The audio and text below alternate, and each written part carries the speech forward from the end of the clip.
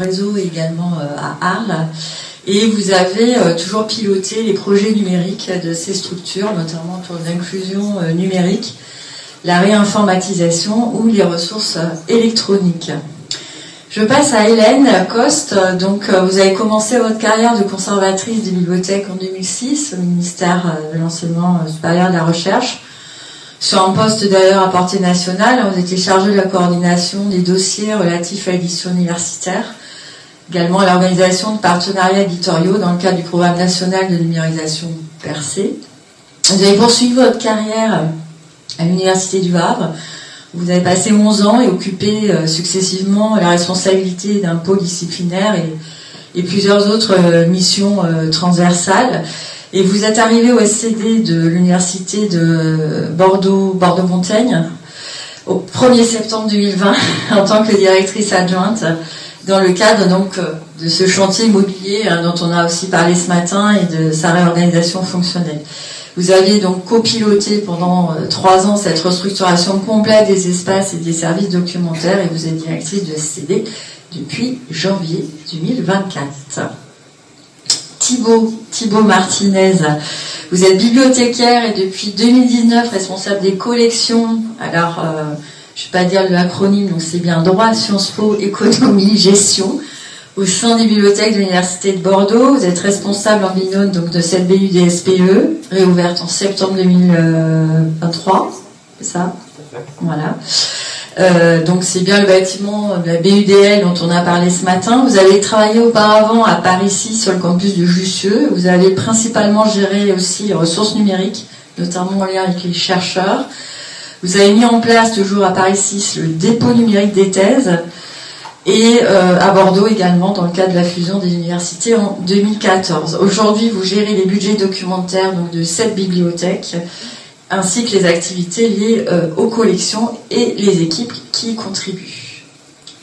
Enfin, Magali Thiebaud, vous avez fait vos études à l'IEP Aix-Marseille, vous êtes issu d'un master politique culturelle et mécénat, vous avez passé ensuite le concours de conservatrice bibliothèque, vous avez suivi votre formation à l'ENSIB, avec un profil tourné vers l'accueil des publics, et vous avez aussi beaucoup travaillé sur la pluralité et l'évolution des métiers des bibliothèques.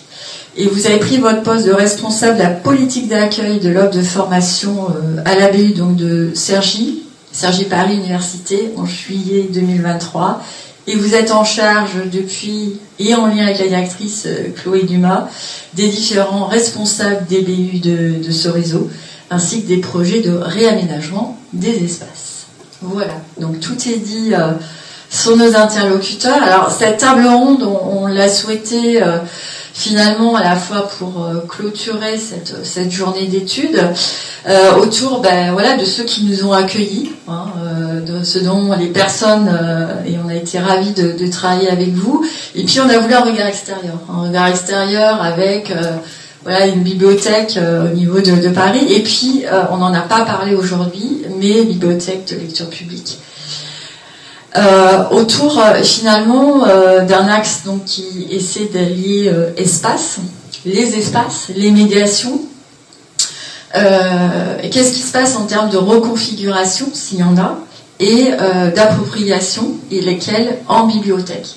Donc l'idée c'est d'ouvrir un petit peu au-delà des bibliothèques universitaires, ce dont on peut parler, ce dont on peut trouver des liens entre espace et médiation.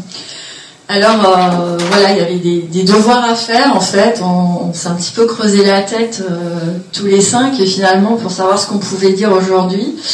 Le premier axe consistait à s'interroger, et je vais laisser la parole aux 4 intervenants sur cette requalification ou une nouvelle qualification des espaces documentaires numériques et physiques. J'annonce le plan, la table ronde, comme ça ce sera fait.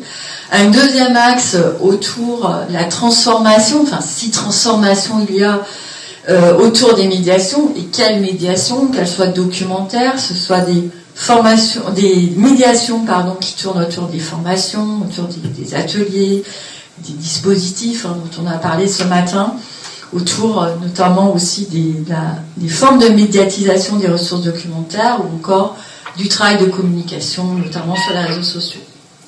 Et on abordera également un troisième et dernier axe, alors là aussi, qui nous renvoie davantage, ou peut-être avec encore une journée d'études, une autre journée d'études qui pourrait se profiler autour de ce renouvellement de pratiques. On l'a dit, est-ce qu'elles sont seulement documentaires? Est-ce qu'elles sont aussi, on l'a vu ce matin également dans la troisième communication, informationnelles, ou sont-elles tout simplement des pratiques sociales? Et on va s'interroger davantage sur les pratiques des usagers. Donc voilà, je vais redistribuer la parole. Alors, comment ce qu'il veut. Enfin, j'ai quand même une petite idée sur la... Voilà, je vais demander à nos deux principaux interlocuteurs qui ont travaillé avec nous sur les projets, donc Hélène et Thibaut. Comment vous, de votre point de vue, voilà, vous pensez la requalification des espaces documentaires, donc numériques et physiques? Alors, donc peut-être effectivement les deux bibliothèques principales du SCD de l'Université Bordeaux-Montaigne, donc, sont la bibliothèque Rigoberta Menchú et la bibliothèque Lettres et Sciences Humaines, qui est dans le bâtiment BU Droit Lettres. On en reparlera peut-être un tout petit peu, mais donc ces deux bibliothèques qui concentrent la plupart des places assises offertes au public, elles ont été profondément remaniées pendant les 3 ans de travaux de l'opération Campus. Et la bibliothèque Rigoberta Menchú n'existait pas avant les travaux et a été constituée. Donc ça a été un gros travail effectivement d'organisation des espaces, mais aussi des services et de reconfiguration des équipes dans le cadre de ces travaux et de cette mise à disposition de nouveaux espaces. Et un des objectifs principaux dans les travaux et dans la requalification des espaces, c'était d'offrir des espaces adaptés à l'évolution des usages constatés des publics, puisque il n'y avait pas eu de travaux depuis en gros l'ouverture les premiers bâtiments de l'Université Bordeaux-Montaigne, donc dans les années 70, 60. Et donc forcément les espaces n'étaient pas du tout adaptés aux nouveaux usages, et notamment une des choses qui a certainement été constatée dans vos visites et dans vos échanges avec les étudiants, cette on va dire modularité des espaces, même si c'est vraiment pas suffisant encore, et le fait qu'on a de nombreuses salles de travail en groupe ou de carrels individuels qui n'existaient pas du tout avant les travaux. Donc ça, c'était vraiment un des objectifs principaux, de proposer des espaces adaptés et aussi confortables. Donc voilà, il y avait ces deux dimensions-là. Et la problématique qu'on rencontre déjà aujourd'hui, alors que les bibliothèques sont ouvertes depuis seulement 1 an, 2 pour Rigoberta Menchú, c'est que forcément les projets datent les débuts des projets d'opération Campus il y a plus de 10 ans, et donc le temps de la mise en œuvre fait qu'on est déjà dans des espaces alors qui ne sont pas à saturation tout le temps, hein, parce qu'il y a aussi cette question de l'occupation, on va dire, saisonnière, voilà, des espaces qui ne sont pas tout le temps occupés à plein, mais en tout cas, sur certains usages, on est déjà à saturation, notamment sur justement ces réservations de salles de travail en groupe qui sont occupées à 100% quasiment de début septembre jusqu'à fin avril, quoi, en gros. Voilà. Peut-être ça, et l'autre sujet, c'était la question de après 3 ans de travaux et cette phase où on a été très à distance des publics, y compris avec la crise sanitaire, où on a développé des stratégies pour la mise à disposition des collections quand même physiques, mais où oui, on constate une évolution quand même des usages des étudiants sur l'utilisation de nos collections. Donc on a aussi fait un travail pour tout à l'heure vous demandiez si le livre avait encore une place dans les bibliothèques. Alors à Bordeaux-Montaigne, il a une très très très grande place, à la fois en libre accès et aussi dans les magasins. Donc on a beaucoup d'espace pour les collections. On s'est un petit peu, enfin voilà, il y a eu cette difficulté aussi de réfléchir à qu'est-ce qu'on laisse en libre accès et quelle place on fait aux collections par rapport aux places assises. Parce que là, c'est pareil. Je regardais encore les indicateurs de l'SGBU. On est à 10 places assises par étudiant, ce qui est dans la moyenne très basse de 10 étudiants par place assise, pardon, ce qui est dans la moyenne basse des établissements universitaires. Donc même ces travaux n'ont pas permis en fait de combler ce besoin d'espace physique. Je vais m'arrêter parce que sinon je peux parler jusqu'à 17h30. Jusqu'à la fin. Je te laisse la parole. Non, merci. Alors du coup, moi, je travaille avec Hélène, mais au rez-de-chaussée du bâtiment. Enfin, du coup, pas vraiment avec Hélène, mais on travaille dans le même bâtiment. Moi, je représente, voilà, je suis sur la partie droit, sciences politiques, économie, la BU. Dans le cadre de l'opération Campus, en fait, voilà, moi, ce que je voulais dire en termes de requalification des espaces, on a vraiment saisi le chantier et la fermeture de la BU comme une opportunité de repenser l'organisation des espaces, la présentation des collections, les services aux usagers. En fait, on a essayé de, enfin ça fait un petit peu communication, mais on a essayé de faire de ce qui était une contrainte une opportunité. Voilà. On a vraiment saisi cette chance-là et on a eu 3 ans de fermeture entre septembre 2020 et septembre 2023. Même si on avait pensé bien en amont la réouverture de 2023, mais on a eu 3 ans où on s'est concentré à 100% quasiment sur ce projet. Ma casquette, excusez-moi, je parle un petit peu de moi, mais ma casquette, c'est responsable des collections. Moi, j'encadre la BU en binôme, donc ma collègue Pascal Delage s'occupe plutôt des services au public, moi des collections. Donc c'est un sujet dont je peux parler avec un peu plus d'aisance.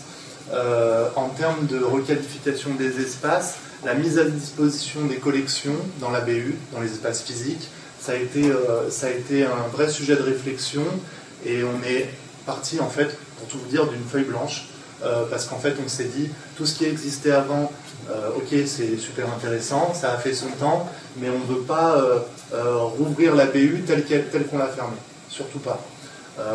Pour vous donner un exemple très rapide, la BU, il y a, au rez-de-chaussée, je parle du rez-de-chaussée, il y a 4 salles.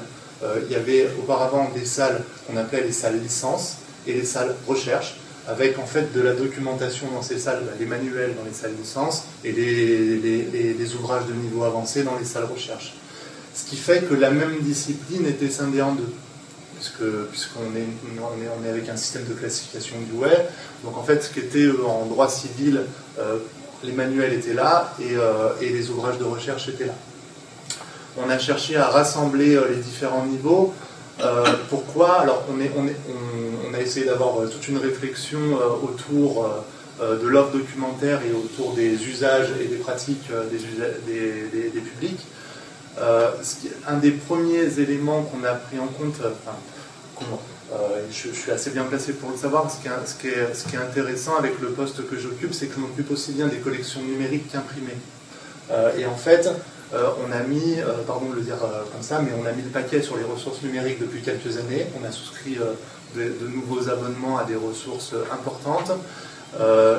D'autres ressources importantes, on a élargi les accès. C'est-à-dire qu'on a un nombre d'accès simultanés restreint, on est passé à des accès simultanés illimités, puisqu'en fait, ce qu'on a constaté, c'est que les usages tendaient de plus en plus vers le numérique. À partir de là, c'est la question des vases communicants. Plus de collections numériques, plus d'usages numériques, on s'est dit qu'en salle, on allait proposer moins de collections. On a fait des chantiers importants de désherbage des collections de niveau avancé pour que dans les salles, on ait finalement plus de places assises et un petit peu moins de collections. Pas de perte de contenu, parce que les collections qu'on a désherbées, on les a placées en magasin, elles sont demandables très facilement par le catalogue. Ça a été aussi un élément qu'on a pris en compte, c'est-à-dire la facilité d'accès aux collections par les usagers. Ce qui n'est pas visible est facilement demandable, et ce qui est visible est demandable aussi d'ailleurs. Et comme la part était de plus en plus importante sur les collections numériques. On a baissé la part des collections imprimées disponibles en salle. Du point de vue des services, excusez-moi, j'enchaîne un peu vite. Du point de vue des services, on a pris en compte un point fort important, c'est qu'on en parlait avec mes collègues à me dire, on a pris en compte l'autonomie de l'usager. Donc ce matin, il en a été question. Et du coup, de nouvelles réflexions viennent à nous avec ce qui a été évoqué ce matin avec l'autonomisation de l'usager, que je trouve extrêmement intéressant dans le cadre universitaire. Puisqu'on constate effectivement qu'il y a des questions récurrentes, mais il y a une évolution quand même. Moi, c'est mon impression, peut-être que Hélène ne la partagera pas, mais il y a une évolution. On fait de moins en moins de recherches documentaires avancées, notamment parce que les étudiants, je pense, ont l'impression de savoir se débrouiller. Je pense qu'il y a toute une réflexion derrière sur est-ce qu'ils savent vraiment, est-ce qu'ils ont l'impression de savoir. Voilà, il y a une réflexion autour de ça. Mais on a misé sur l'autonomie de l'usager dans le sens où, alors là je parle encore une fois à l'université de Bordeaux, à la BU droit, le bibliothécaire, on ne cherche pas, pardon de le dire comme ça, j'ai mes mots qui ne sont peut-être pas les bons, on ne cherche pas à exposer le bibliothécaire ou le travail du bibliothécaire. Il a été question ce matin d'invisibilité du geste. Moi, à titre personnel, je ne cherche pas à être valorisé par mon geste bibliothécaire. Ce qui m'intéresse, c'est que le service, que le bouquin contribue à la réussite du parcours universitaire, etc. Mais moi, j'en cherche aucune gratification, quoi, si vous voulez. C'est vraiment, on est invisible derrière la salle. C'est pour ça que des automates de prêt, c'est pour ça qu'on n'a plus une banque de prêt qui ressemblait à peu près à ça auparavant. Voilà, on a une banque de prêt qui doit faire au sol à peu près 60 par 60 cm, donc moins d'un mètre carré. Le but, c'est vraiment de se mettre à disposition de l'usager, se déplacer avec lui dans les salles, pouvoir être un facilitateur en fait. Vraiment, moi je vois le rôle de bibliothécaire comme un facilitateur de l'accès à la doc. Et que ce soit dans les espaces physiques ou les espaces en ligne, après je m'arrêterai là parce que, excusez-moi, je suis comme tous les bibliothécaires un peu bavard. On essaye aussi de faciliter les accès à la documentation numérique. Et moi, je crois personnellement beaucoup, enfin excusez-moi, je donne des avis personnels, je m'engage. Je crois beaucoup à la médiation du numérique par le numérique. C'est-à-dire que j'ai suivi beaucoup de formations en bibliothèque, on se pose beaucoup de questions sur comment matérialiser les ressources numériques dans les espaces physiques. Alors, j'ai vu différentes expérimentations, plus ou moins réussies, mais je pense que vraiment, moi je vois les usagers, et notamment il y a une évolution qui va vraiment dans ce sens-là.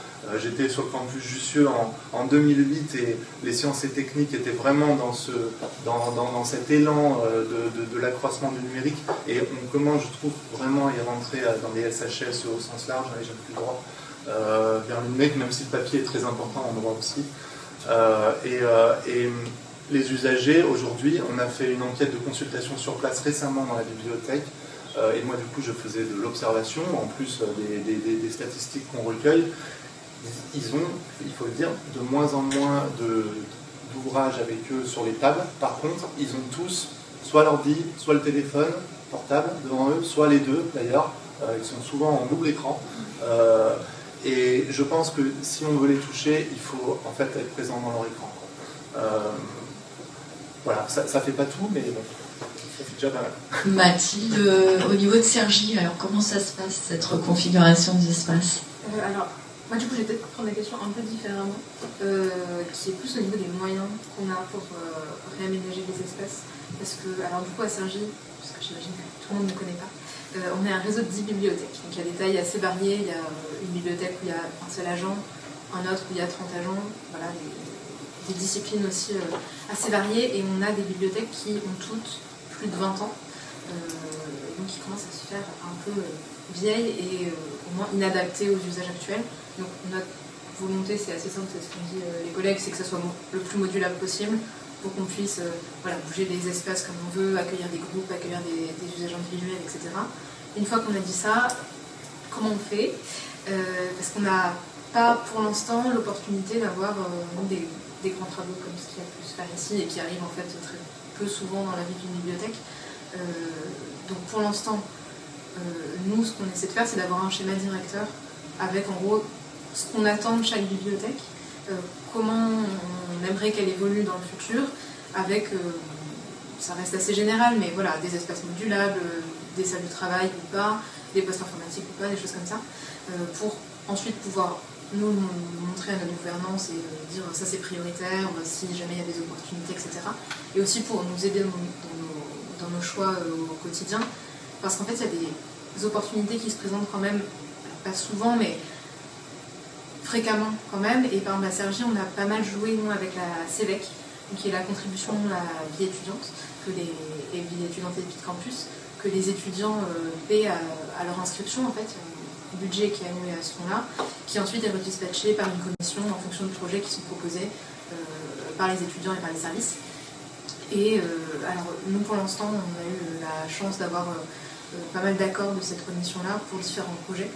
Et ça a notamment concerné des projets de réaménagement d'espace détente, par exemple, d'achat de mobilier, et qu'ensuite on pouvait mettre en place dans les espaces. Aménagement des patios extérieurs aussi. Donc là, ça ouvre une autre voie à la bibliothèque qui n'est pas que à l'intérieur, mais les étudiants peuvent aussi aller se mettre sur des transats au soleil, aller travailler dehors. Donc il y a cette opportunité CEVEC-là. Et après, il y a d'autres choses qui peuvent se présenter. Donc là, pour le coup, c'était des travaux d'accessibilité. Dans une bibliothèque, on avait une porte qui n'était pas accessible. Donc les travaux ont été faits, il y avait un budget qui était piloté par la direction du patrimoine. Et en fait, on a profité de cette occasion-là pour dire, regardez, quand les étudiants arrivent, déjà ils ne peuvent pas passer forcément tous la porte, mais juste derrière la porte, il y a une banque d'accueil qui fait 1,50 m, qui fait vraiment frontière. Est-ce que dans cette logique d'accessibilité, c'est pas aussi l'occasion de la détruire et de faire quelque chose de plus... Alors, elle n'est pas aussi petite que celle dont Thibaut parlait, mais c'est déjà plus bas, les étudiants peuvent s'asseoir, on est quand même plus proche d'eux. Donc ça, c'est aussi une opportunité qu'on peut avoir et qui est vraiment à saisir. Et du coup, c'est important d'avoir en tête ce qu'on veut pour pouvoir proposer des choses en fait, au moment où ça arrive.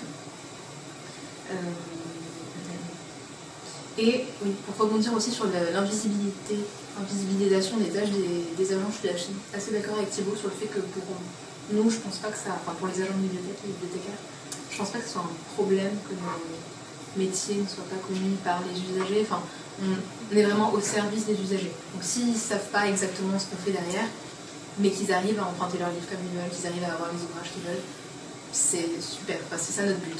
Par contre, pour les tutelles, là c'est plus embêtant que ça soit invisibilisé, parce que c'est vrai qu'il y a des directeurs qui peuvent venir emprunter pour eux, et ils peuvent avoir cette impression qu'en fait on est juste entre guillemets à l'accueil comme ça, on peut renseigner si besoin, etc. Mais ils ne voient pas forcément toute la diversité des tâches qu'on a. Et après, pour défendre des projets bâtimentaires où on a besoin de salles de formation, on a besoin d'espace pour les chercheurs, on a besoin d'espace pour les salles de travail, pour la multitude de choses qu'on fait, c'est important quand même qu'eux voient toutes les tâches qui sont derrière. Donc là, après, c'est à nous dans les rapports d'activité, sur LinkedIn, des choses comme ça, de partager ce qui se passe derrière. Mais ça peut être une question à ce niveau-là plutôt. Moins par rapport aux usagers, mais par rapport aux tutelles, c'est assez important. Johan, alors, dans les bibliothèques publiques, est-ce qu'on est sur les mêmes types de réflexion, les mêmes problématiques que dans les BU? Bonjour, merci déjà d'avoir été une minorité invisible du campus, les bibliothécaires de lecture publique. Alors, je ne voudrais pas vous décevoir, j'ai assez peu parlé de numérique, parce que pour justement m'occuper de ces questions-là depuis longtemps, on voit que les usages évoluent assez peu de ce point de vue-là, et que la réglementation sur les ressources numériques fait que, de toute façon, on a assez peu d'offres qui puissent plaire au grand public, mais ça, on pourra y venir.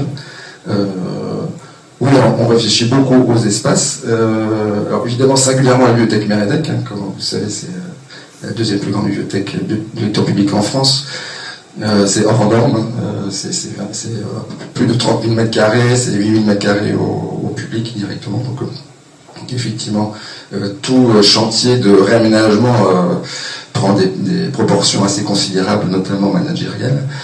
Non, il y a quelque chose que je voudrais souligner, c'est que si je prends l'expérience de Bordeaux, il y a eu 3 phases de requalification déjà, la bibliothèque a 34 ans.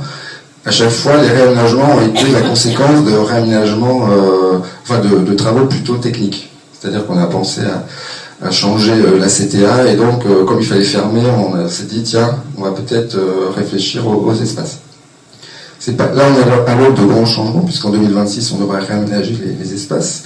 Et ça tient au fait que, en lecture publique, on a désormais un document programmatique qui s'appelle le PCSES, Projet culturel, scientifique, éducatif et social, qui est rendu obligatoire par l'État, et encore plus pour les bibliothèques municipales classées. En général, les PCSES sont calqués sur un mandat électoral, donc on recommande en général d'avoir un PCSES tous les 6 ans pour les communes, et ça oblige quelque part tous les 5-6 ans à réfléchir un petit peu à ce qu'est la bibliothèque, les usages, ce qu'on donne à voir. Et c'est ce qui est fait à la bibliothèque Mériadec, indépendamment de tout ce qui va être technique, bâtimentaire, etc. Il y a 2 enjeux majeurs aujourd'hui dans les bibliothèques de lecture publique, à mon sens. Le premier, qui est assez ancien maintenant, c'est comment on donne la place à d'autres usages que les collections. Essentiellement le travail sur place, mais je dirais le plus important, c'est toutes les activités sociales et sociétales. Ça, c'est très important pour nous. Par exemple, les activités d'inclusion numérique sont devenues essentielles en bibliothèque de lecture publique. À Bordeaux, c'est singulier en plus, parce qu'on est chef de file pour la ville de Bordeaux des politiques d'inclusion numérique. C'est-à-dire qu'on a un certain nombre d'agents, notamment on a bénéficié, grâce à la NCT, d'un dispositif qui s'appelle les conseillers numériques, et la ville a intégré, alors c'est rarissime, ça, parce que souvent quand même les villes attendent d'avoir fini les aides pour pouvoir réfléchir à est-ce qu'on intègre ou pas ces personnes qui bénéficient de contrats de projet. Et la ville de Bordeaux a décidé, au bout de 2 ans, alors que c'est des contrats de 5 ans, de les intégrer tout de suite dans les effectifs de la ville en tant que fonctionnaire. Donc c'est une volonté forte de la ville de Bordeaux là-dessus de travailler le terrain du point de vue de l'inclusion numérique. Donc nos collègues investissent toute la ville de Bordeaux. Ils n'interviennent pas en bibliothèque seulement. C'est-à-dire qu'on a des bibliothécaires spécialistes du numérique qui interviennent dans les mairies de quartier, au CCAS, dans des RPA, etc. Donc ça, c'est le premier enjeu, c'est comment dans l'espace on arrive à avoir toutes ces activités d'aide. En fait, c'est de l'aide à la personne, on a de l'accompagnement. On a des écrivains publics, on a des aides numériques, on a des aides de retour à l'emploi, etc. Donc ça, c'est comment matériellement on travaille. D'autant qu'on est passé d'une logique de salle d'atelier qui n'est plus du tout opérante, puisqu'on se rend compte qu'on fait quasiment plus d'ateliers de groupe, mais de l'accompagnement individuel. Donc ça nécessite d'avoir des espaces qui sont confidentiels, des petits box fermés, etc., ce qui n'était pas du tout prévu au départ. Donc ça, c'est le premier enjeu. Deuxième enjeu qui est plus difficile, c'est pas facile à expliquer, mais c'est comment dans les espaces, la part des collections, et spatialement, physiquement, est en rapport avec les usages grand public. C'est-à-dire, est-ce que telle collection est représentée, physiquement représentée, par rapport, par exemple, à ce qui se vend en librairie, etc. Et ça, c'est pas du tout évident, parce qu'en lecture publique, on a des schémas qui sont assez anciens. Si je peux prendre 3 exemples à la bibliothèque Mériadec, la part du ludique. Le ludique était, comme souvent d'ailleurs dans les arrivées de nouveaux supports, pris un peu comme ça pour hameçonner des publics qui ne venaient pas, et il n'y avait pas de réflexion en tant que telle sur la légitimité du jeu en bibliothèque, si ce n'est de dire tiens, les ados ne viennent pas, on va les flairer comme ça, clac, ils vont venir, on va leur présenter autre chose. Et donc, les espaces sont plus petits. Et aujourd'hui, la bibliothèque Mériadec a un espace jeu de 150 mètres carrés, il en faudrait 600, si on voulait être logique avec les usagers. Un autre exemple, c'est la documentation locale et régionale. Alors ça, c'est quelque chose qu'on voit dans toutes les bibliothèques municipales classées, notamment dans les grandes villes de région. Et aujourd'hui, c'est une question, on donne beaucoup d'espace à ça, et la question, c'est est-ce que le public reconnaît cette division? Est-ce qu'un public reconnaît la spécificité d'un auteur bordelais, par exemple? Est-ce que quand quelqu'un veut faire les chemins de Saint-Jacques-de-Compostelle, il comprend qu'il faut aller en documentation locale et pas dans le tourisme ou ce genre de... Voilà. Donc là, on réfléchit à ça. Est-ce que c'est bien de sortir les collections locales et régionales? Et puis, il y a tous les succès littéraires, par exemple, ce qu'on appelle le young adulte, la romance. Est-ce qu'aujourd'hui, il y a la place réelle est donnée dans nos collections à voir? Moi, je ne crois pas. Donc, voilà, on est en train de... Voilà, donc on va réfléchir à réorganiser spatialement nos collections. Et je parlais du numérique, mais effectivement, on n'a pas du tout de baisse de prêt en livre. Au contraire, ça augmente. Et quand ça baisse, je pense au CD, évidemment, il y a à peu près la moitié des prêts par rapport il y a 10 ans. Mais nous, on ne remplace pas par le numérique, parce qu'on n'a pas l'offre légale qui satisferait le public. Donc, on a d'autres stratégies. Et les stratégies dans la musique, par exemple, c'est d'aller vers les pratiques amateurs. Donc, c'est pour ça qu'on a aujourd'hui des prêts d'instruments, ce qui nécessite aussi de réfléchir aux espaces. Alors, comment on prête des instruments dans un espace bibliothèque? Comment on fait des ateliers de pratique de musique, etc. Voilà, donc on se donne en général 1 an, 1 an et demi de réflexion, et là on débute, et je pense qu'en 2026 on devrait réaménager cette grande bibliothèque. Donc je suppose, effectivement, on va passer peut-être à la deuxième grande question qu'on s'était posée. En termes de médiation, comment justement cette réorganisation des espaces, on va peut-être recommencer par vous, Johan, comment le travail de médiation des bibliothécaires, enfin même au niveau des politiques publiques, s'organise pour restructurer ou faire en sorte d'une part que les professionnels s'y retrouvent et d'autre part que les usagers puissent investir ces nouveaux espaces et comprennent le travail de médiation que vous mettez en place. Alors, la question de la médiation des collections en lecture publique est très compliquée. Moi, je suis arrivé dans le métier où, je pense que ça va rappeler à certaines des choses, c'était Patrick Bazin, l'ancien directeur de Lyon, qui avait sorti un certain nombre d'articles sur le bibliothécaire producteur de contenu. Donc on est parti de ce principe-là, que c'était inhérent à nos fonctions de produire du contenu. Au bout de quelques années d'expérience, je me rends compte que non, en fait, c'est pas du tout inhérent à nos métiers. On recrute pas des gens qui savent forcément très bien écrire, se mettre en valeur, etc. Donc la première des médiations, c'est dans l'espace, c'est la scénographie des collections. Donc on a une politique de formation, par exemple, sur ce qu'on appelle le merchandising, et on essaye d'améliorer les choses parce que c'est pas si évident que ça. Donc là, on a réfléchi, par exemple, à un espace de valorisation, ce qui se fait d'ailleurs dans les pays anglo-saxons, une sorte de mini-bibliothèque qui valoriserait les nouveautés ou qui serait en lien avec un certain nombre d'événements. Donc ça, on travaille là-dessus, mais on revient toujours aux espaces, en fait, et il faut trouver des espaces qui ne sont pas dévolus à autre chose. Et puis peut-être, ce qui est le plus problématique, c'est la médiation numérique des collections physiques.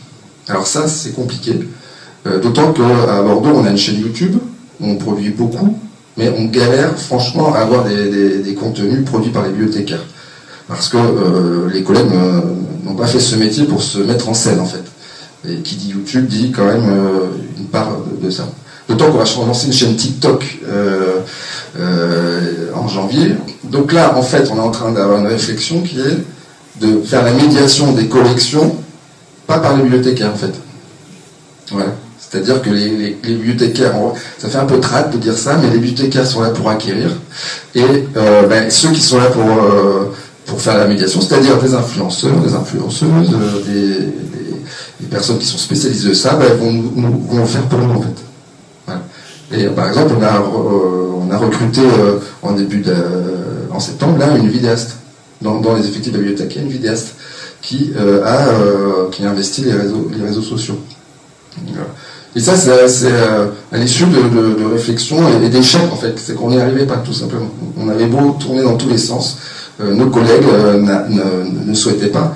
Et puis, on ne peut pas imposer non plus, ce serait contre-productif, franchement, d'imposer des collègues de faire ça. Donc, on a d'autres stratégies de médiation des collections. Et notre enjeu majeur, c'est d'être en phase avec la société, en fait. C'est-à-dire de parler à ceux qui viennent en bibliothèque et à ceux qui pourraient venir et de pas, petit à petit, c'était un peu le reproche dans l'analyse qu'on a fait du PCSES, puisque dans un PCSES, c'est une grande part de diagnostic territorial et de diagnostic de lecture publique. Et on s'est rendu compte qu'on s'écartait en fait un petit peu de ce que la population fait, par exemple. Et par exemple, on a discuté avec une collègue tout à l'heure, les mangas par exemple.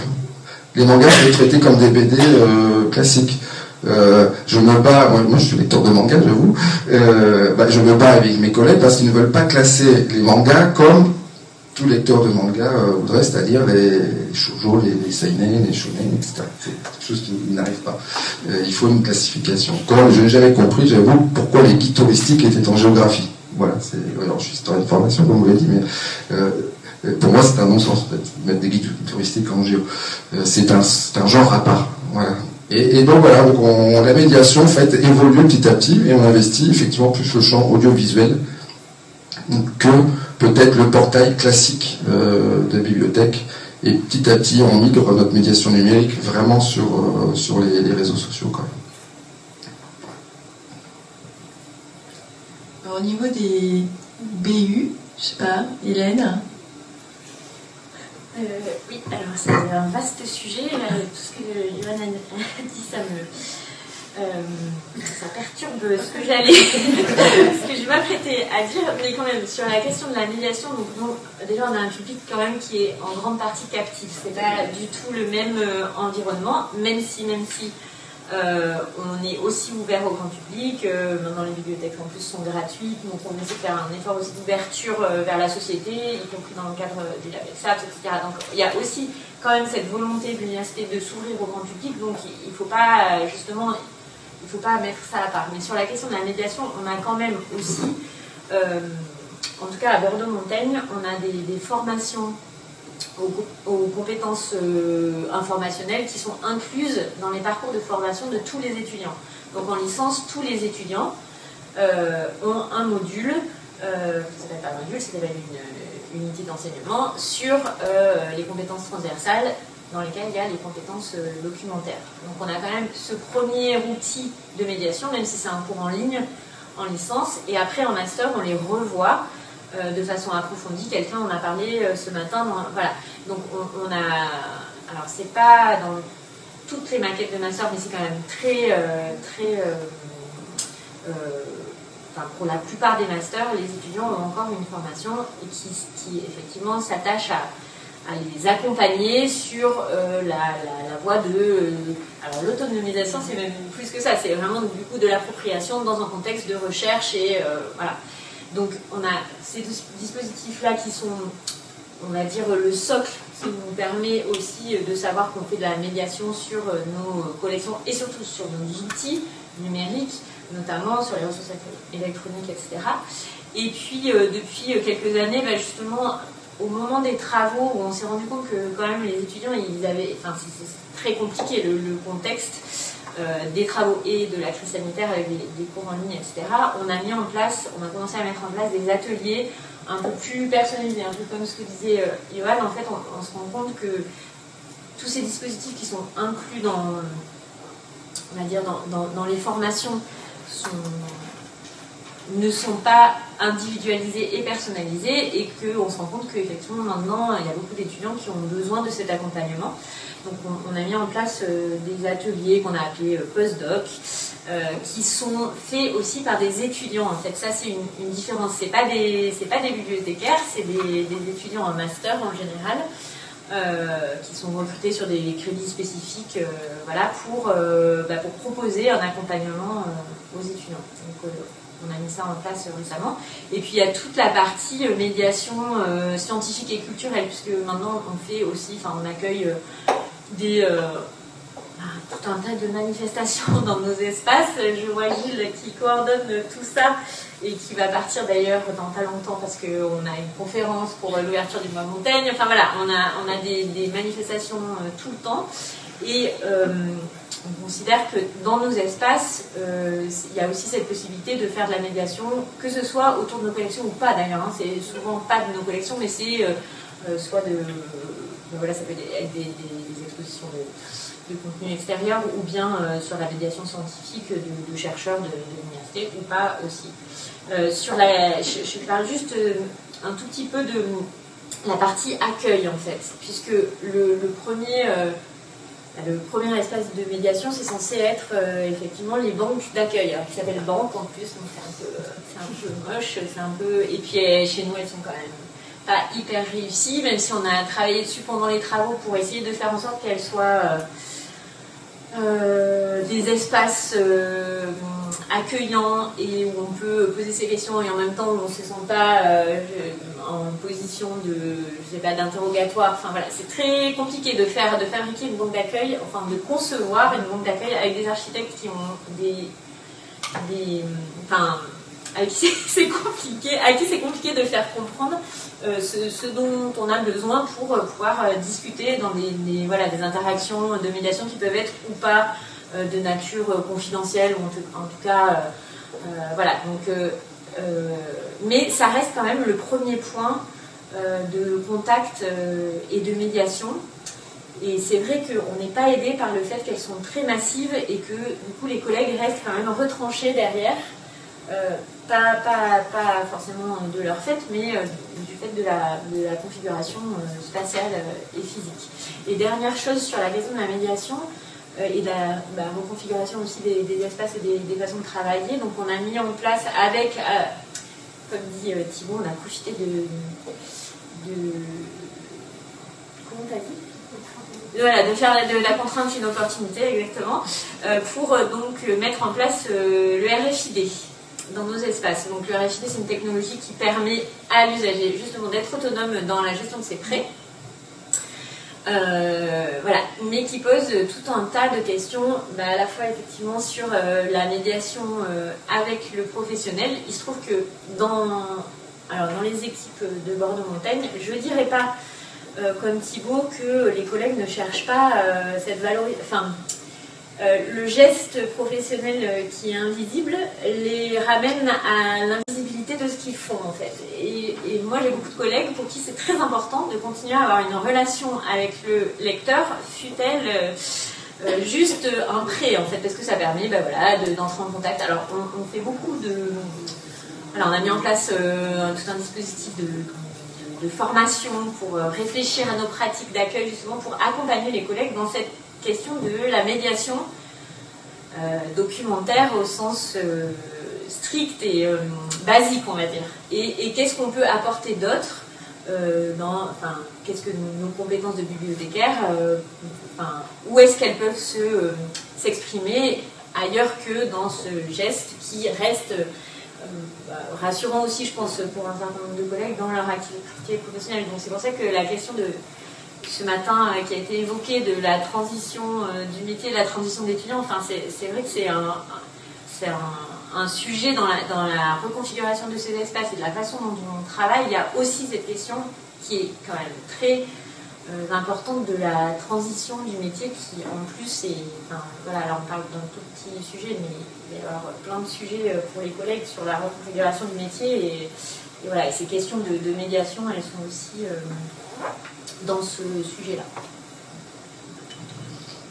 Mathilde, peut-être, par rapport à Sergi, sur la question de l'accueil dont vient évoquer Hélène. Avec Thibaut, entre autres, on parlait un peu à midi des différences de médiation, je pense, qui ressortent là entre les BM et les BU, qui est qu'en fait, en tout cas, on avait l'impression que les usagers, quand ils sont en BM, ils vont vers les bibliothécaires pour demander une recommandation. Les bibliothécaires connaissent vraiment le fond, peuvent faire ces recommandations-là, comme en librairie en fait. Et en BU, du coup, la relation se fait, ce qui nous semblait, moins avec l'usager, l'étudiant, qu'avec les profs, du coup, qui vont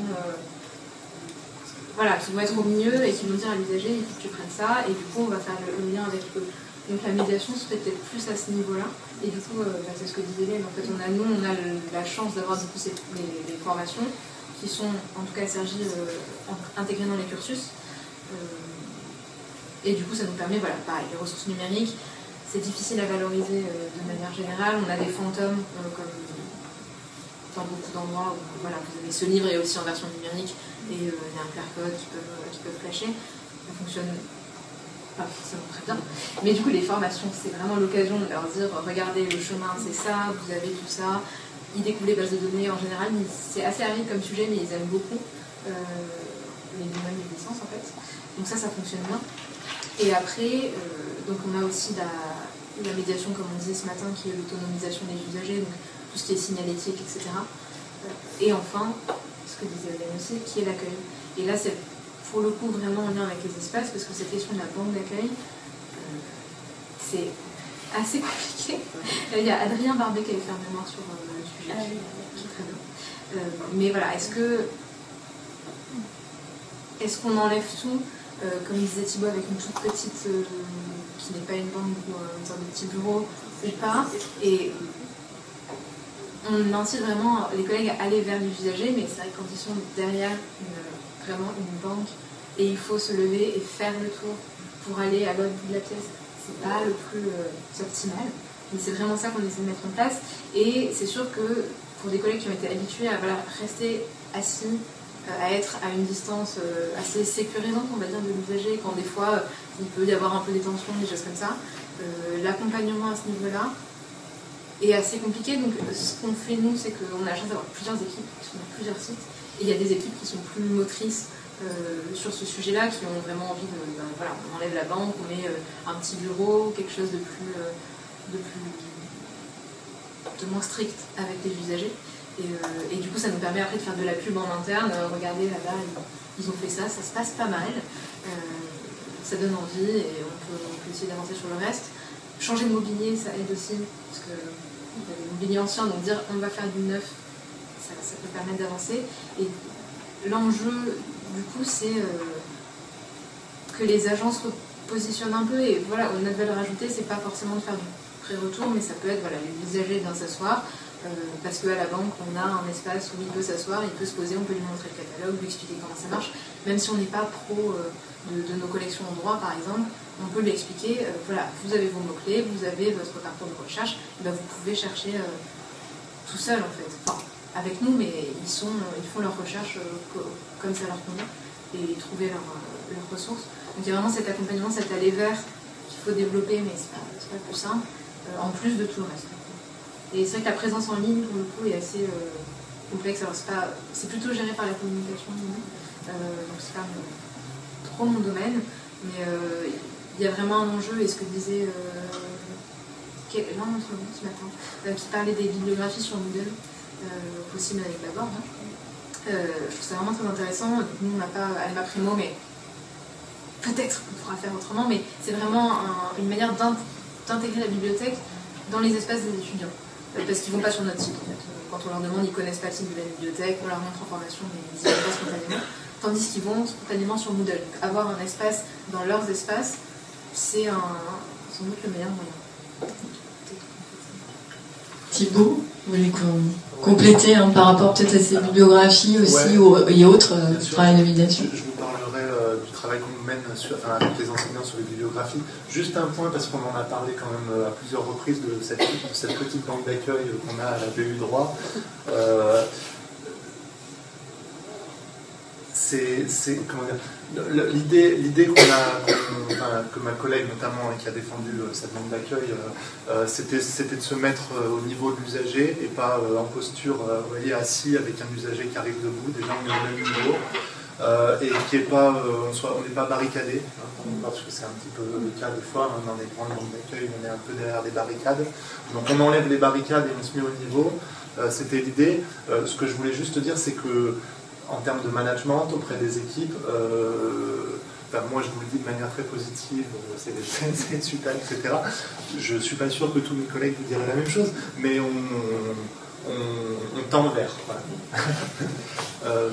En termes de médiation, j'avais juste, je vais essayer d'être assez rapide, mais il y a la médiation, ce que disait Johan sur la scénographie des collections, c'est extrêmement important. Nous, ça a été, je vous en ai brièvement parlé au départ, mais c'est vraiment un des points moi sur lesquels j'ai travaillé pour les collections en libre accès. Quand je vous disais qu'on a regroupé les niveaux qui auparavant étaient séparés pour créer des pôles thématiques, c'est vraiment dans l'idée de rendre en fait les collections lisible, je dirais même pas, la collection intelligible en fait. C'est que quelqu'un qui arriverait à la BU se dit ok, je vois un plan des collections, je comprends ce qu'il y a dans cette BU assez rapidement, c'est clair. C'est parce que, je ne reviendrai pas sur le avant la fermeture, mais il y avait c'était un peu le royaume des exceptions, nous, les collections, c'est qu'il y avait des bouts de partout avec chacun des exceptions de circulation, des règles de prêt différentes, des conditions de conservation. Voilà. On a essayé de faire quelque chose qui soit le plus simple possible, dans le sens lisible par quelqu'un qui arrive à la BU.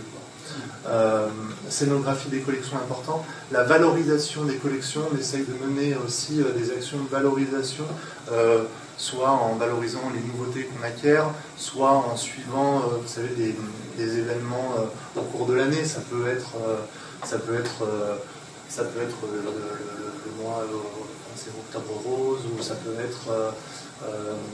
être un colloque à l'Université de Bordeaux où on est en lien avec un enseignant qui organise ce colloque et on va faire une petite table avec de la doc en lien avec ce colloque. Voilà. Il peut y avoir différentes actions de valorisation et ça, c'est chouette parce que ça implique les bibliothécaires à avoir une réflexion sur le fonds qu'elles gèrent. Voilà. C'est-à-dire qu'on n'est plus gestionnaire de fonds, on achète ce qu'il y a, on se pose des questions de ce qui est dans mon fonds, comment je le valorise, et ça c'est vraiment intéressant dans une démarche de service aux usagers. Et ce que je veux dire sur la valorisation, systématiquement, quand on fait une valorisation physique en salle, c'est-à-dire une table de nouveautés, une table événementielle ou autre, on a le pendant numérique sur le catalogue d'abord plus, systématiquement. On appelle ça des sélections sur le catalogue d'abord plus. Voilà. On fait une sélection en lien avec Octobre Rose, avec tel colloque. Voilà. Je pense que c'est important d'avoir ce lien.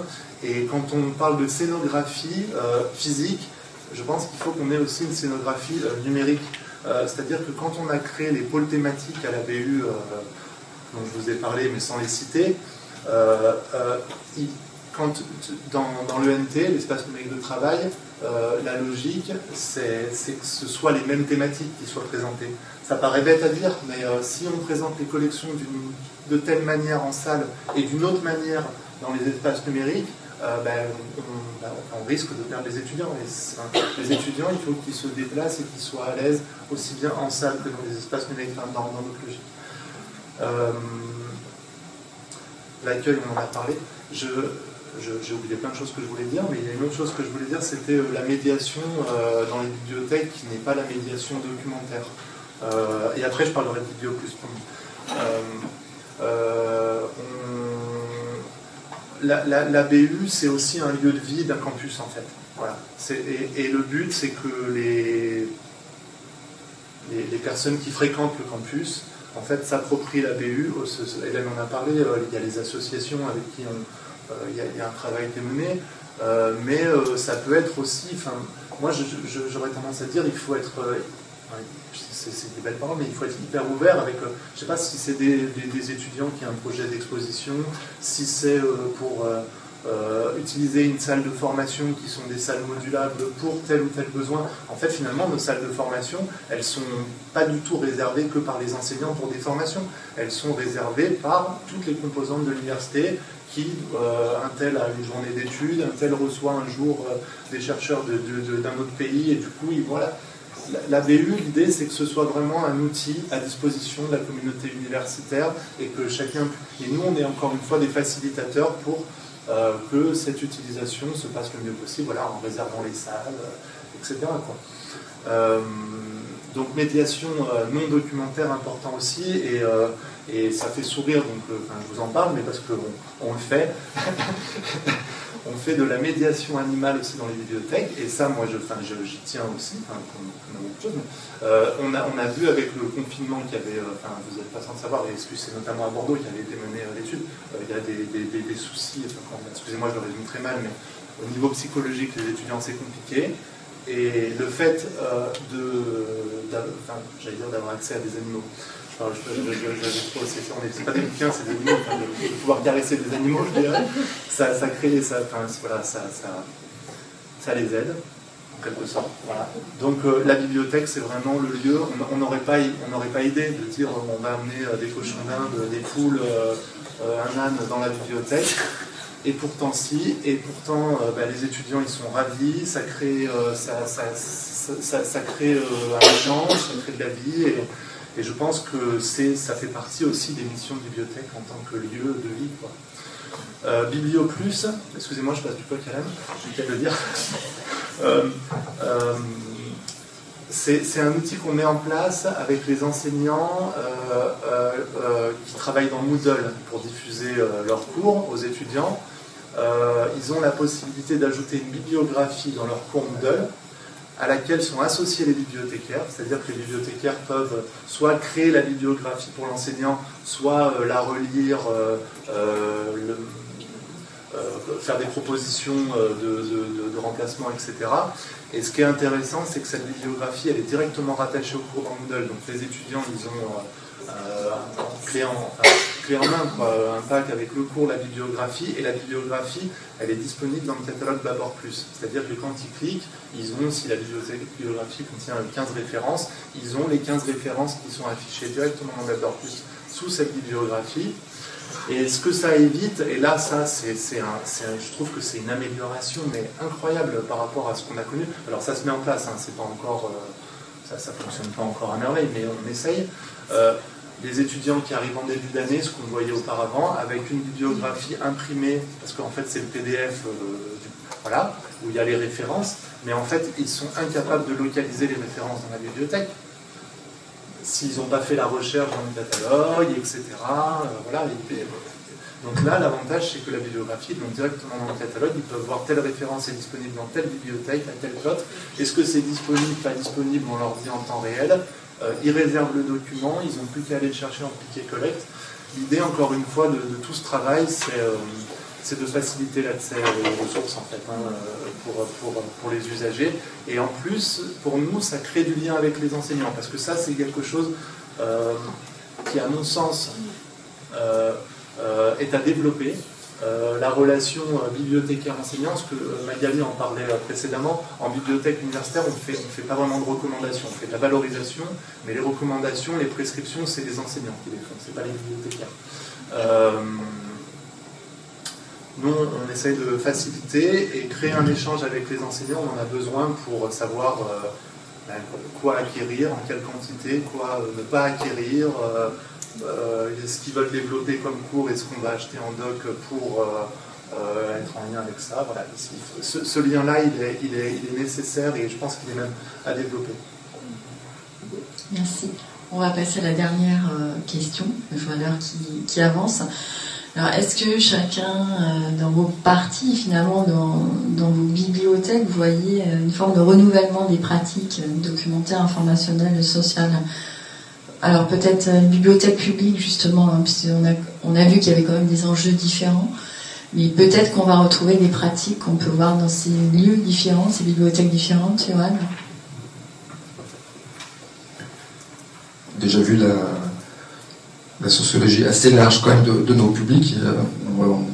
C'est difficile déjà de catégoriser, de dire il y a ça qui a changé, ça dépend vraiment du public. Ce qu'on peut voir, c'est que il y a ce public de séjourneurs qui existe depuis longtemps, et c'est maintenu. La bibliothèque reste, on l'a dit, un lieu social, de sociabilité. On oublie souvent la fonction juste de parler, en fait. En bibliothèque publique, et on le voit sur le réseau de Bordeaux, il y en a qui viennent nous voir uniquement parce qu'on est peut-être le seul service public qui ne sont pas de guichet, de traitement de dossiers et qui n'auront pas de quota de temps à accorder à notre public. Et ça, c'est hyper important. Donc il y a des personnes qui viennent juste pour discuter. Voilà. Là, ça, c'est une fonction qui est très très importante. Moi, je suis dans le métier où on avait une inquiétude sur le numérique, je pense qu'elle n'est plus du tout là, au contraire. Il y a une fonction, voilà, de lieu de vie. Voilà, il y a des sociabilités qui se créent, et ça, on continue à travailler cette question-là dans les espaces. Après, il y a la question qui est liée vraiment à une grande métropole, c'est-à-dire il y a des personnes qui ne veulent pas passer de temps en bibliothèque, c'est l'inverse. Et ça, il faut qu'on y réponde aussi. C'est-à-dire qu'il y a des personnes, elles ont 10 minutes à accorder au lieu bibliothèque, elles veulent arriver à rendre leur bouquin, elles ont 10 minutes pour en prendre d'autres, et c'est comme ça, ça tient finalement au mode de vie très urbain d'une grande métropole comme Bordeaux. Donc ça aussi, on y réfléchi avec des systèmes de retrait de documents. On a lancé cette année, alors ça paraît toujours obscur pour le non-bibliothécaire, mais la réservation des documents disponibles. Donc ça, c'était alors, ça paraît simple comme ça, mais comme pour une bibliothèque comme Bordeaux, Mériadec, c'est très compliqué. Il a fallu s'organiser pour que régulièrement des collègues retirent des rayonnages et des documents qui étaient réservés. C'est vraiment comme un drive, quoi. Et donc ça fonctionne très très bien. On n'a même pas eu besoin de faire de la communication, en fait. Les usagers ont tout de suite compris le système. Donc ça, c'est une fonction importante. Voilà, c'est pas grave de pas rester longtemps en bibliothèque non plus. Il faut tenir compte de ces usages-là. Et puis après, il y a les usages vraiment sociaux. Ça, c'est très important. Comme je disais, l'accompagnement individuel. Pour vous donner une anecdote, j'ai dépouillé pendant les confinements tous les messages des usagers qui nous écrivaient. Il n'y avait que 2 types de demandes. À 80%, c'était quand vous mettrez en place un drive pour l'emprunt. Et d'ailleurs, ça c'est une réflexion qui est en bibliothèque de lecture publique, c'est le retour à la notion de collection. Autre anecdote dans l'anecdote, on a fait un grand plan de formation sur les collections à Bordeaux, 150 agents, des plus novices aux plus expérimentés sont repassés dans un plan à 3 ans de gestion des collections. Et bien Midi Aquitaine a eu beaucoup de mal à trouver des formateurs en fait. En lecture publique, il y a de moins en moins de gens spécialisés dans ce qu'est la gestion des collections, de l'acquisition au désherbage.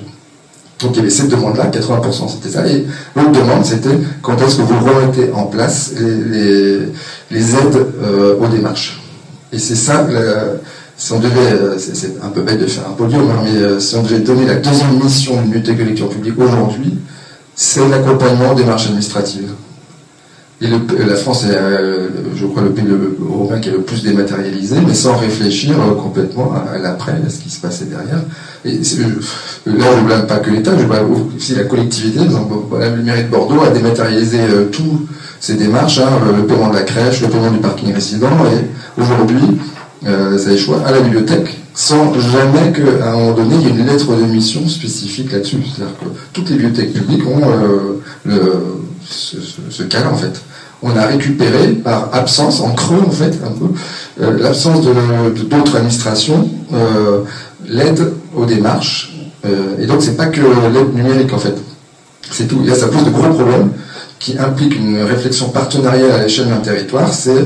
J'ai des collègues qui catégorisent ça, moi je suis pas tout à fait d'accord avec ça, mais ils catégorisent l'aide numérique, l'aide administrative et l'aide sociale.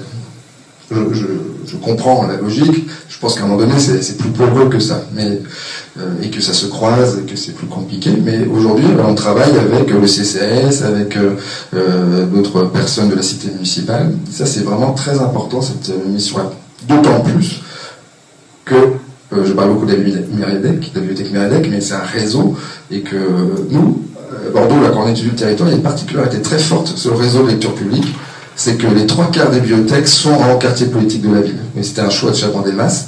Il a créé les bibliothèques dans tous les quartiers émergents à l'époque.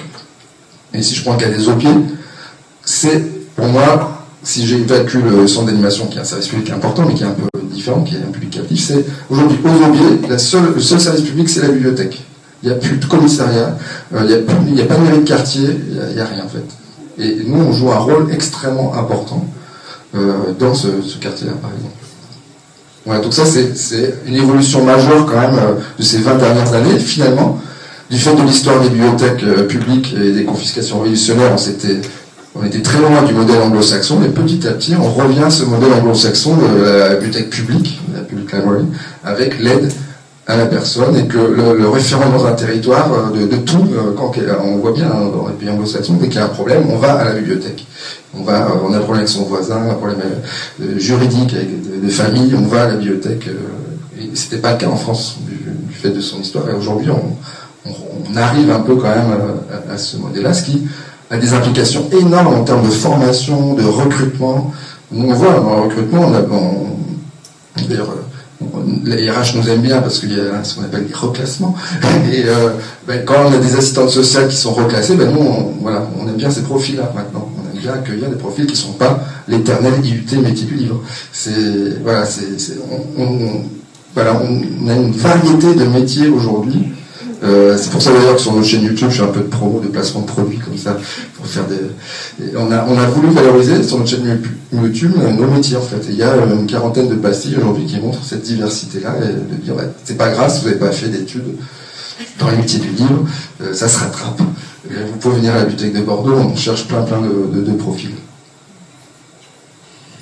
Alors, est-ce que dans les BU, on est sur la même dynamique ou est-ce qu'on constate aussi quand même des pratiques sociales un petit peu renouvelées? Hélène?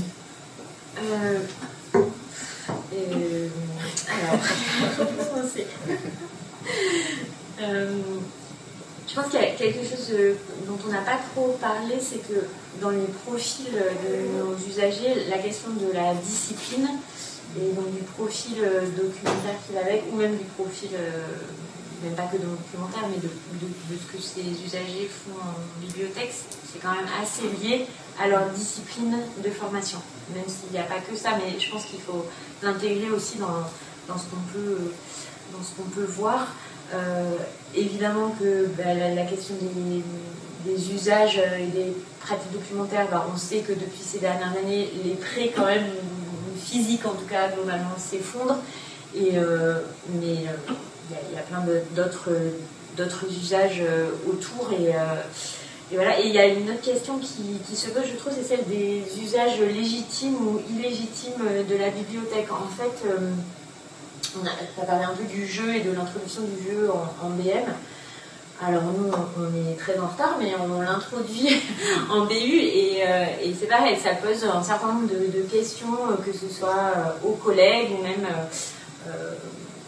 aux usagers, sur à la fois l'utilisation des espaces et ces pratiques qui sont des pratiques sociales, qui accompagnent ce que les publics peuvent faire dans les bibliothèques. Et qui se développent de plus en plus. Et effectivement, nos bibliothèques sont maintenant des lieux de vie aussi, et des lieux sociaux. Enfin, de plus en plus, le rôle social des bibliothèques, on en parle, mais c'est vrai, enfin, tu disais, les gens qui viennent pour parler, et nous aussi, on a des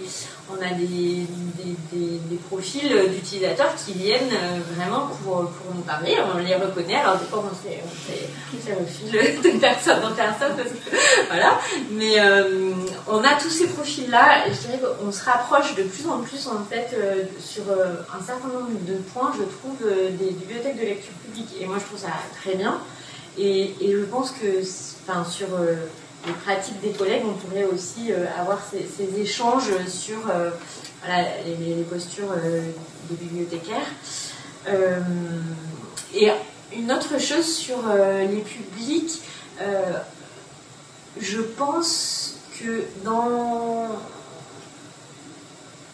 on fait l'économie de la connaissance de nos publics. Enfin, les collègues professionnels ne réfléchissent pas en termes d'évolution justement des usages et des pratiques, parce qu'on a l'habitude, on les voit tout le temps, même s'il y a des interruptions, même s'ils changent, même si les étudiants sont de plus en plus jeunes, et vous, non.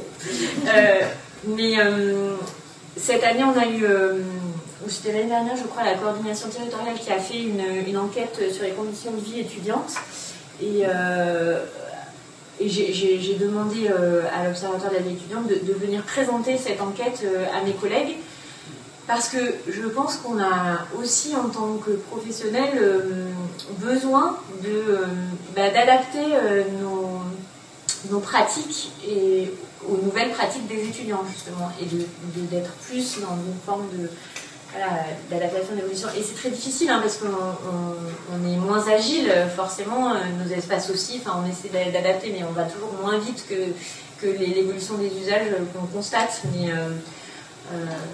c'était quoi la question du départ? L'évolution, les pratiques, oui. Voilà. Après, ce qui est certain, je suis comme Yoann, j'ai aucune crainte pour l'avenir des bibliothèques et le fait qu'elles sont utiles, et voire très utiles, et aussi parce que dans un lieu comme l'université, c'est les lieux qui sont les plus ouverts, en termes d'horaire d'ouverture et de nombre de personnes disponible pour accueillir et voilà, accompagner les usages et les pratiques. Je pense que c'est un sujet. Mathilde ou Thibaut, vous voulez intervenir? Je compléterai un peu ce que disait Hélène sur les pratiques informationnelles. Parce qu'Hélène a parlé, on en avait parlé précédemment, des différences entre disciplines. C'est vraiment, nous on le voit fortement. Enfin, moi je suis passé, moi je parle encore de moi, je suis passé dans une BU de médecine, dans une BU de sciences et techniques et dans une BU de droit. C'est vraiment des pratiques différentes, même s'il y a des communs, mais voilà, la discipline c'est vraiment important. Et je dirais aussi, parce qu'on en a peu parlé, donc je vais peut-être parler un peu de ça, mais enfin, vous connaissez ça mieux que moi je pense, mais des pratiques des chercheurs, enseignants-chercheurs, qui fréquentent, enfin, il en a été un petit peu question ce matin, une personne l'a évoqué, qui fréquentent de moins en moins les bibliothèques universitaires, voire certains pas du tout. C'est vraiment pour nous, parce que je pense qu'il faut, pour nous bibliothécaires, pour mettre en place une action de médiation ou des collections, il faut comprendre nos publics, enfin, essayer de comprendre leurs contraintes, leurs besoins, leurs pratiques, leurs usages. Ce que je retiens, moi personnellement, du travail que j'ai fait avec les chercheurs, enseignants-chercheurs, enfin, à chaque fois que j'ai des échanges avec eux, c'est la contrainte de temps. C'est vraiment ce qui revient à chaque fois, c'est on n'a pas le temps, il faut que ce soit rapide, simple, efficace, on n'a pas de temps. Donc, le numérique, je veux dire, c'était quand même une aubaine pour cette contrainte de temps, et c'est aussi ce qui fait qu'on ne les voit plus beaucoup en bibliothèque, ou alors quand on les voit, c'est vers l'étagère du click et collect parce qu'ils ont réservé des bouquins, et comme disait Johan, ils ont 10 minutes pour venir rendre leurs bouquins, en chercher d'autres. Voilà. Ça, c'est vraiment ce qu'on voit assez fréquemment dans les pratiques des enseignants-chercheurs. Et du coup, le numérique, forte utilisation numérique et contrainte de temps, pour nous, ça nous a amené à développer des nouvelles compétences. Voilà, il en a été question ce matin, la transformation du métier. Moi, j'y tiens beaucoup. Le bibliothécaire, pardon de le dire, mais le collègue magasinier qui passait ses journées à couvrir des fils de Filmolux, les livres, et à les reclasser, c'est plus ça aujourd'hui. Il faut le dire parce que c'est quand même un axe fort. Aujourd'hui, on a des collègues de toutes catégories qui interviennent sur le numérique et qui ont dû se former à qu'est-ce que c'est l'offre numérique, qu'est-ce que c'est les métadonnées qui décrivent une revue, un état de collection, un site accessible, un lien, URL, qu'on va proxifier pour que les usagers puissent consulter en dehors de l'université ce lien. Voilà, c'est des nouvelles compétences. Et je pourrais même citer, parce que pour moi c'est l'outil de médiation ultime du numérique, c'est un peu barbare technique, c'est le résolveur de liens. C'est ce qui fait que quand vous êtes sur une plateforme type, je ne sais pas, Web of Science, PubMed ou Cairn, ou peu importe la plateforme que vous consultez, quand vous consultez la biblio d'un article, vous avez un petit bouton en bas qui vous dit accéder.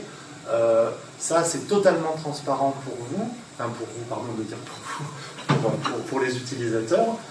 Ça permet d'accéder au texte intégral s'il est inclus dans les abonnements ou d'accéder à des services associés si le texte intégral n'est pas dans les abonnements de l'université, du genre demander le document via le préentre bibliothèque. Ça, c'est typiquement pour moi de la médiation du numérique plutôt réussie parce que c'est très utilisé. En fait, ça, on ne le voit pas dans les statistiques de fréquentation des bibliothèques, dans les statistiques de prêt, etc. En fait, on le voit en creux. On le voit parce que les enseignants sont plus trop dans la bibliothèque. Et voilà. Mais les compétences du métier de bibliothécaire liées à cette médiation-là, elles sont extrêmement importantes puisque, pour avoir pratiqué, si on ne développe pas les compétences, on ne peut pas mettre en place les outils, tout simplement. Donc, voilà. Nouvelles compétences. Merci Mathilde, et on conclura après tes paroles. Merci. Je ne vais pas revenir sur ce qui me semble hyper important, c'est-à-dire les différences entre disciplines, parce que vraiment c'est ça qui conditionne nos espaces, et c'est aussi une difficulté quand on essaie de faire des choses modulables. Alors c'est peut-être pas le cas ici, parce que je pense que les campus sont assez structurés, mais par exemple à Cergy en ce moment on a beaucoup de formations qui se déplacent d'un site à l'autre, et donc les BU, les collections des BU bougent aussi, et quand on a une BU, disons, à les droits, qui va accueillir des publics d'inspé, et des collections d'inspé, c'est vraiment l'opposé. On a des publics qui sont très silencieux, qui ont besoin d'espace où ils vont travailler pendant 3 heures sans lever la tête, et de ce côté, des publics qui vont consulter des collections, essayer de faire comme s'ils étaient en cours devant des élèves, qui vont avoir des usages plus bruyants, et pouvoir concilier ça dans un même espace, c'est un petit défi. Donc on essaie de faire du zonage, mais c'est vrai qu'il faut aussi des espaces qui soient ouverts, mais qui puissent permettre de concilier des usages qui sont très différents. Mais outre ces différences-là, il y a quand même des évolutions, nouvelles pratiques qui sont assez communes. On a parlé du numérique, mais c'est pas le cas encore partout. Le fait qu'il y ait du Wi-Fi qui fonctionne, le fait qu'il y ait des prises un peu partout, des possibilités de faire des visios, des choses comme ça, ça semble assez évident, et dans les nouvelles bibliothèques, il me semble tout à fait pris en compte. Mais il y a encore du travail pour que toutes les bibliothèques soient bien adaptées à ce niveau-là, parce que c'est en gros, quand on leur demande leur avis sur la BU, c'est un des points qui revient dans le podium de tête, c'est les prises et le Wi-Fi. Donc c'est un truc qui est assez important. Et ensuite, il y a les salles de groupe, parce qu'il y a des pédagogies qui ont évolué. Maintenant, c'est l'approche par compétences, des choses où ils ont beaucoup de projets à faire toujours en groupe. Donc, actuellement, on n'a pas forcément les espaces pour leur permettre ces usages-là. Et ça implique de faire des travaux, des installations, de salles, de cabines spéciales où ils peuvent parler, etc. Donc l'aspect parler en BU est hyper important aussi. Et puis même avec le Covid, en fait, ils ont pris, je pense, des habitudes, ne serait-ce que écouter de la musique fort quand on est en train de travailler pour se motiver, avoir quelqu'un qui travaille avec l'autre, qui regarde un film en même temps, des choses comme ça qui sont possibles dans des petits espaces de bulles qu'on n'a pas encore actuellement. Donc ça aussi, c'est vraiment une tendance de tous les publics, même ceux qui ont par exemple les publics en droit ou en médecine. C'est aussi une demande qui ressort de leur part, avec les usages plus informels et conviviaux, de type espace détente, des salles de sieste, des espaces où se restaurer, parce que quand on reste toute la journée à la bibliothèque, il y a un moment où il faut qu'on mange quand même, donc on ne peut pas forcément le faire au niveau des collections, mais s'il y a un espace dans la bibliothèque, c'est mieux. Et ça, pareil, avec les collègues, il y en a qui sont tout à fait pour, et il y en a d'autres qui en fait la bibliothèque n'est pas un lieu où on peut manger, donc il y a aussi des échanges à prévoir, des groupes de travail à ce sujet-là. Et je voulais juste terminer sur l'évolution des pratiques informationnelles, pour le coup, parce que, à part le fait qu'il passe beaucoup par le numérique, on n'en a pas beaucoup parlé, je pense que c'est quelque chose qu'on traite beaucoup en formation. Quelqu'un a évoqué le travail d'Anne Cordier ce matin, c'est, je pense, quelque chose qui est hyper intéressant et qui peut vraiment nous aider, nous, à faire évoluer nos formations. Mais c'est quelque chose qu'on traite en formation et aussi dans nos actions culturelles, quand on fait des expositions sur des fake news, sur l'esprit critique, sur l'IA, des choses comme ça, qu'on peut intégrer à ce niveau-là dans nos espaces. Merci Mathilde. Merci à tous. Est-ce qu'il y a des questions par rapport aux interventions? Il y a une prise de parole. Non, pas de questions? Tout le monde attend le café avec impatience. Je vous remercie beaucoup à tous les quatre pour cette table ronde et sur les échanges qui amènent à réflexion encore une fois sur l'autonomisation, la vue, les gestes professionnels et puis toute cette médiation, finalement une forme de médiation augmentée, et puis on reste bien sûr sur du service public, on l'a vu, et peut-être de nouvelles formes, un nouveau paradigme en tous les cas du travail des professionnels des bibliothèques. Merci à vous quatre.